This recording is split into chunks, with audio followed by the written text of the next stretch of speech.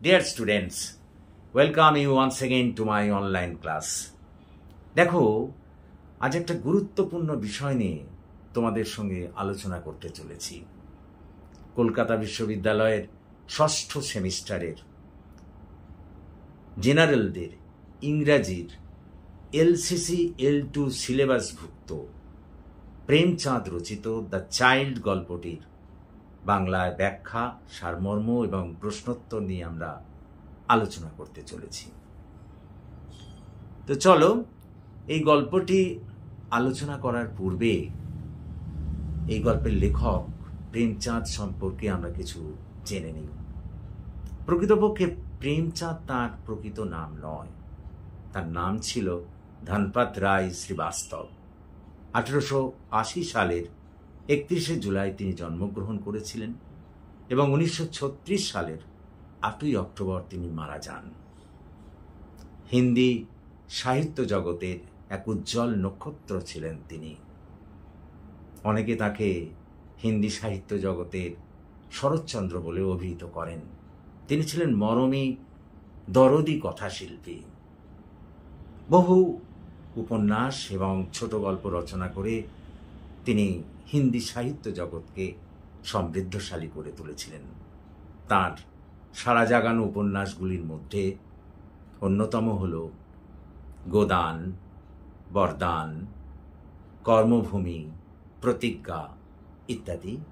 এবং তার সারা জাগানো ছোট গল্পগুলির মধ্যে উল্লেখযোগ্য হল শতরঞ্জ কি খিলাড়ি, ঈদগাহ, লটারি, দ্য চাইল্ড ইত্যাদি। দেখো, আজ আমরা দ্য চাইল্ড গল্পটি বিশ্লেষণ করতে চলেছি। তো চলো, আর দেরি না করে এই গল্পের বিষয়বস্তুতে আমরা প্রবেশ করি। দেখো, গল্পটা পাঠ করে জানা যায় যে এই গল্পের প্রথমেই আমরা দেখি একজন কথক এই গল্পটি বলেছেন, অর্থাৎ একজন কথকের মধ্যে দিয়েই গল্পটিকে বলানো হয়েছে। এই গল্পের কথকের একাধিক চাকর ছিল। তার মধ্যে একজন চাকরের নাম ছিল গাঙ্গু। গাঙ্গু অন্যান্য চাকরদের থেকে একটু আলাদা ধরনের ছিল। সে তার বংশ পরিচয় নিয়ে একটু অহংকারী ছিল। সে ছিল ব্রাহ্মণ সম্প্রদায়ভুক্ত। সেই কারণে সে আশা করত যে তার সঙ্গীরা তাকে যথেষ্ট মান মর্যাদা দেবে এবং এমনও আশা করত যে তার প্রভু অর্থাৎ এই গল্পের কথক তাকে যথেষ্ট মান মর্যাদা দেবে, যেহেতু তার ব্রাহ্মণ বংশে জন্ম। গল্পটা পাঠ করে জানা যায় যে এই গল্পের কথক অবশ্য কোনোদিনই গাঙ্গুর এই অহংকারে আঘাত করেননি, বরঞ্চ তাতে প্রশ্রয় দিয়েছেন। একদিন এই গাঙ্গু হঠাৎ একটা দরখাস্ত নিয়ে এসে কাঁচুমাচু মুখে আমাদের এই কথকের সামনে হাজির হলো। কথক তখন তাকে জিজ্ঞেস করলেন, বল, কি বলতে চাস, বল না। কিন্তু গাঙ্গু কিছু কথা বলতে পারল না, ইতস্তত বোধ করল। তার গলা যেন শুকিয়ে যেতে লাগলো। বারবার জিজ্ঞাসা করা সত্ত্বেও না বলায় তখন এক প্রকার অধৈর্য হয়ে উঠলেন গল্পকথক এবং বললেন, দেখ বাপু, তুই যদি তোর বেতনের থেকে অগ্রিম কোনো ঋণ নিতে চাস সেটা আমি দিতে পারবো না, কিংবা তোর বন্ধুদের বিরুদ্ধে যদি কোনো অভিযোগ করতে চাস সেটাও কিন্তু আমি কানে তুলব না। তখন গাঙ্গু তাকে জানালো যে না, সে দুটি বিষয়ের কোনোটি নিয়েই তার কাছে আসেনি। তখন গল্পকথক তাকে বললেন, তাহলে বল, স্পষ্ট করে বল, কি বলতে চাস। কিন্তু তৎসত্ত্বেও গাঙ্গু কিছুতেই বলতে পারল না। তার জিভ যেন আড়ষ্ট হয়ে এলো। অনেক পীড়াপিড়ির পর গল্পকথক জানতে পারলেন যে গাঙ্গু তার বাড়িতে এই চাকরিটা ছেড়ে দিতে চায়। এটা জেনে গল্পকথক খুব ব্যথিত হলেন, কারণ তিনি আর 5 জন প্রভুর মতো ছিলেন না। তিনি তার চাকরদের যথেষ্ট ভালোবাসতেন, স্নেহ করতেন।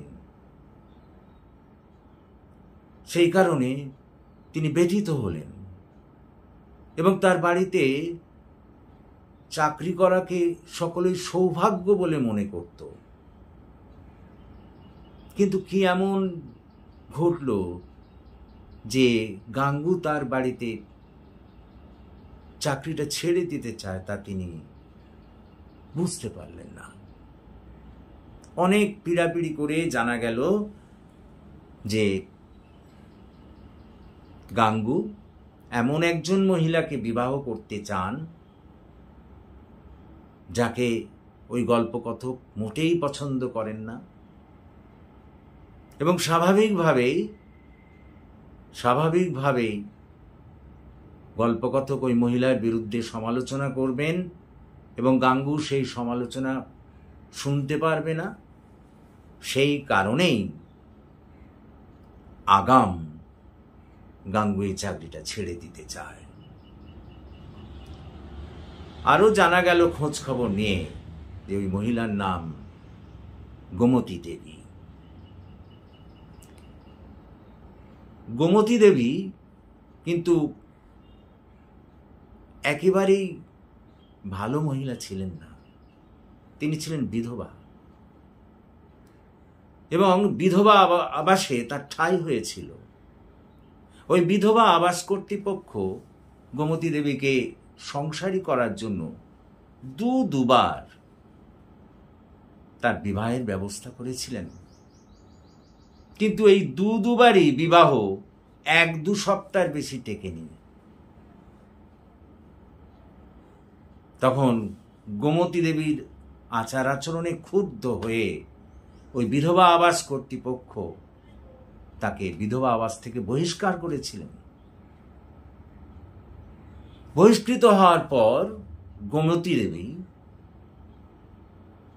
ওই স্থানীয় মহল্লায় একটি ঘর ভাড়া করে থাকতে শুরু করেছিল, এবং ওই পাড়ার যুবকদের কাছে সে খুব আকর্ষণীয় এবং প্রিয় হয়ে উঠেছিল। তবে কোনো আত্মসচেতন বা আত্মমর্যাদা সম্পন্ন কোনো ব্যক্তি গোমতী দেবীর ধারে কাছেও যেতেন না। কিন্তু সেই গোমতী দেবীকে গাঙ্গু বিবাহ করতে চাইছে, এটা জেনে গল্পকথক খুব ব্যথিত হলেন এবং বুঝতে পারলেন যে গাঙ্গু একটা বড় ঝুঁকি নিতে চলেছে, এবং এজন্য তার জীবনটাই হয়তো নষ্ট হয়ে যাবে। তিনি গাঙ্গুকে অনেক বোঝালেন এবং তার এই সিদ্ধান্ত থেকে সরে আসার জন্যেও আর্জি জানালেন। গল্পকথক ওই গোমতী দেবীর 2টি বিবাহের দৃষ্টান্ত তুলে ধরলেন এবং জানালেন যে 2টি বিবাহই 1-2 সপ্তাহের বেশি টেকেনি। কিন্তু গাঙ্গু তখন কিচ্ছু শুনতে চায় না, ওই মহিলার বিরুদ্ধে কোনো কিছুই শুনতে চায় না। সে গল্পকথককে জানালো যে এই 2টো সম্পর্ক ভেঙে যাওয়ার জন্য গোমতী দেবী দায়ী নয়, এজন্য ওই তার হাজবেন্ডরা, অর্থাৎ ওই 2টি ক্ষেত্রে স্বামীরাই দায়ী, কারণ তারা তাকে ভালোবাসেনি, গোমতী দেবীকে তারা ভালোবাসেনি। তারা গোমতী দেবীর মতো বিধবাকে বিবাহ করে দয়া দেখাতে চেয়েছিল, যেন দয়া দেখাতে চেয়েছিল বিধবা বিবাহ করে। এবং তারা চেয়েছিল যে তারা যা বলবে গোমতী দেবী সেটাই মেনে নেবে, কিন্তু গোমতী দেবী মানেননি। সেই কারণেই ওই দুটি বিয়ের সম্পর্ক টেকেনি। গাঙ্গুর কাছ থেকে এই ধরনের উত্তর পেয়ে গল্পকথক বুঝতে পেরেছিলেন যে গাঙ্গুর জীবনেও ওই একই ঘটনা ঘটবে এবং এর ফলে গাঙ্গু তার মান মর্যাদা সব কিছু হারাবে। কিন্তু বারবার বলা সত্ত্বেও যখন গাঙ্গু তার এই সিদ্ধান্ত থেকে সরতে চায়নি, তখন আর গল্পকথক তাকে আর এই বিয়ে থেকে সরে আসতে বলেননি, বরঞ্চ তাকে এই চাকরি থেকে অব্যাহতি দিয়েছিলেন, তাকে ছাড়িয়ে দিয়েছিলেন।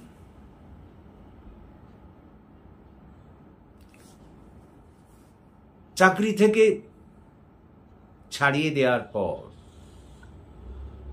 গাঙ্গু যথারীতি গোমতী দেবীকে বিবাহ করেছিল এবং কথক যা ভেবেছিলেন তা কিন্তু হয়নি। 5 মাস কেটে গেলেও গাঙ্গু আর গোমতী দেবীর সম্পর্কে কোনো চিড় ধরেনি, বরঞ্চ গাঙ্গু একজন হকারের চাকরি নিয়ে সুখে শান্তিতে গোমতী দেবীকে নিয়ে সংসার ধর্ম করছিলেন। কোনো বিচ্ছেদের ঘটনা ঘটেনি। একদিন হঠাৎ গাঙ্গুর সঙ্গে আমাদের গল্পকথকে দেখাও হয়েছিল এবং গল্পকথক জানতে পেরেছিলেন যে গাঙ্গু বেশ সুখে শান্তিতে আছে গোমতী দেবীর সঙ্গে। স্বাভাবিকভাবে গল্পকথকের অনুমান যে ভুল ছিল সেটাই যেন সেখানে প্রমাণিত হয়ে গিয়েছিল। অর্থাৎ গল্পকথক ভেবেছিলেন যে গাঙ্গুর সঙ্গেও তার বিচ্ছেদ ঘটে যাবে সঙ্গে সঙ্গে, এটা কিন্তু হয়নি।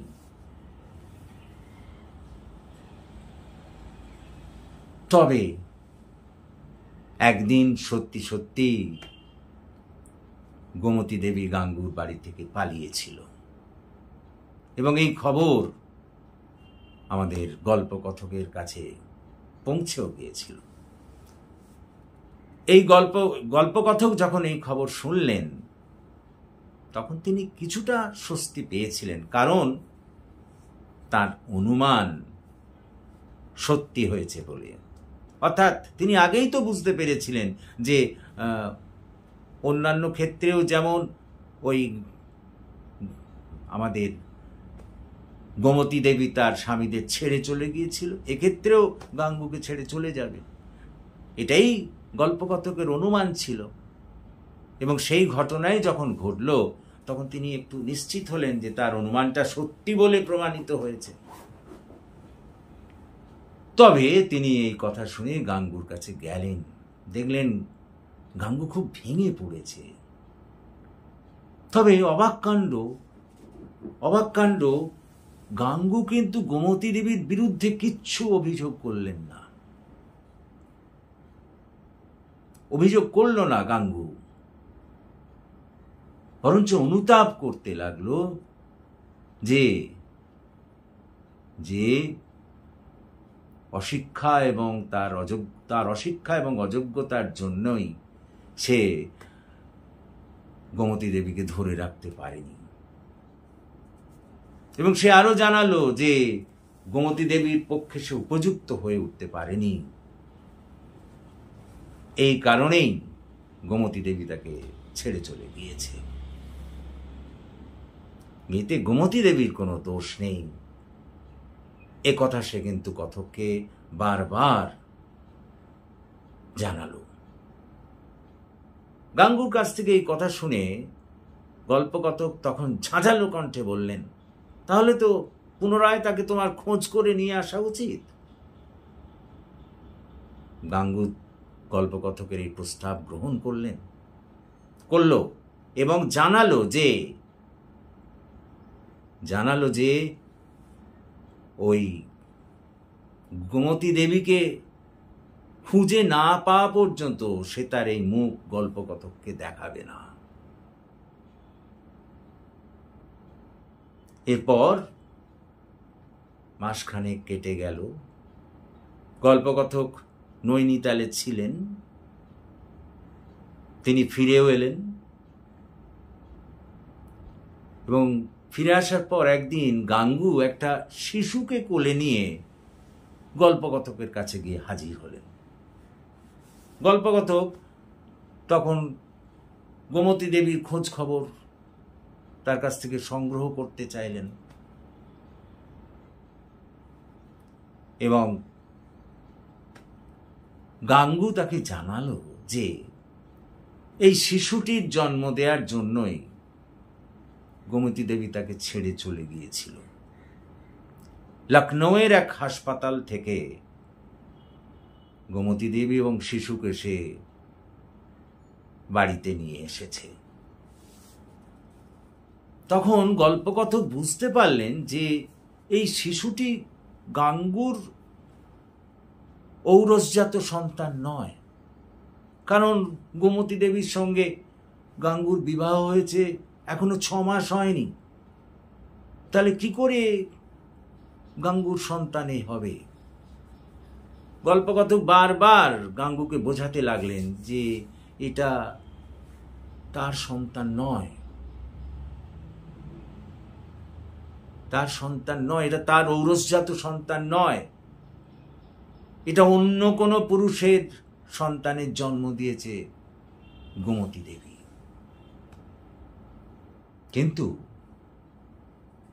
কিন্তু গাঙ্গু এই সব কথা কানেই তুলল না। ইচ্ছাকৃতভাবে বলতে লাগলো ঈশ্বর প্রেরিত সন্তান। গল্পকথক যতবার তাকে বোঝাতে চান যে এটা তার সন্তান নয়, এটা অন্য পুরুষের সন্তান, তখন সে বলল যে সন্তানের জন্ম নিয়ে সে মোটেই বিব্রত নয়। গাঙ্গু আমাদের গল্পকথককে জানালো যে সন্তানের জন্ম নিয়ে সে মোটেই বিব্রত নয়। সে তো গোমতী দেবীকে একথা বলেছিল যে গোমতী দেবী যদি তাকে ভালোবাসতে, মানে গাঙ্গুকে ভালোবাসতে না পারে, তাহলে গোমতী দেবীর অধিকার আছে গাঙ্গুকে ছেড়ে চলে যাওয়ার। কিন্তু যদি গোমতী দেবী গাঙ্গুকে ভালোবাসে, তাহলে এই শিশুর জন্যে তাকে বাড়ি ছেড়ে যেতে হবে না। শিশুর জন্য বাড়ি ছেড়ে যেতে হবে না। অশিক্ষিত গাঙ্গু গল্পকথককে বললেন যে যখন কোনো ব্যক্তি শস্যপূর্ণ ক্ষেত কেনে, তখন কি সে ওই ক্ষেতের শস্যকে অস্বীকার করতে পারে যে অন্য চাষি চাষ করেছিল বলে? অশিক্ষিত গাঙ্গুর কাছ থেকে এই ধরনের জ্ঞান গর্ব কথা শুনে শিক্ষিত গল্পকথকের মাথা হেঁট হয়ে গেল।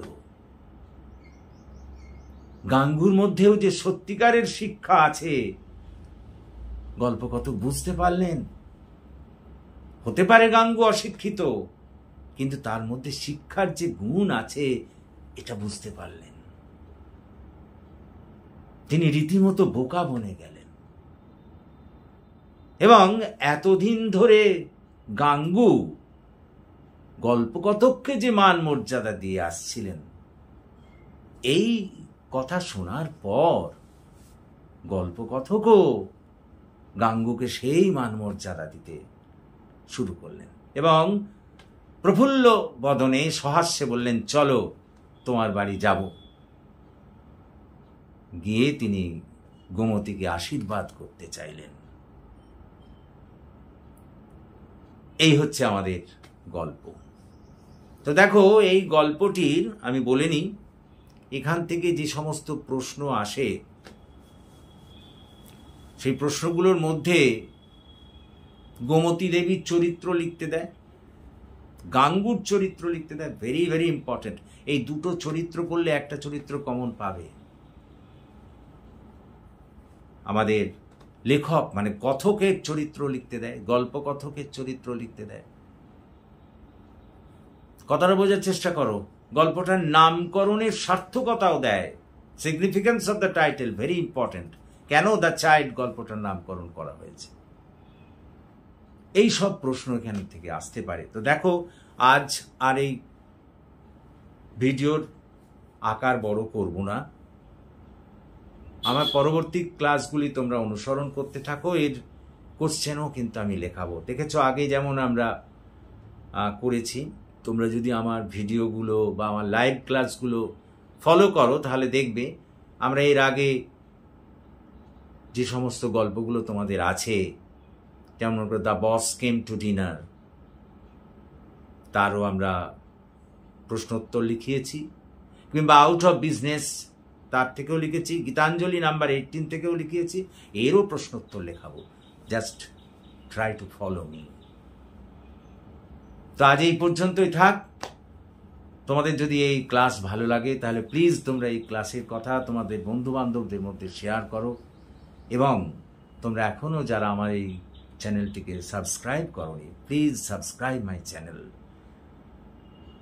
So that's all. Have a good day.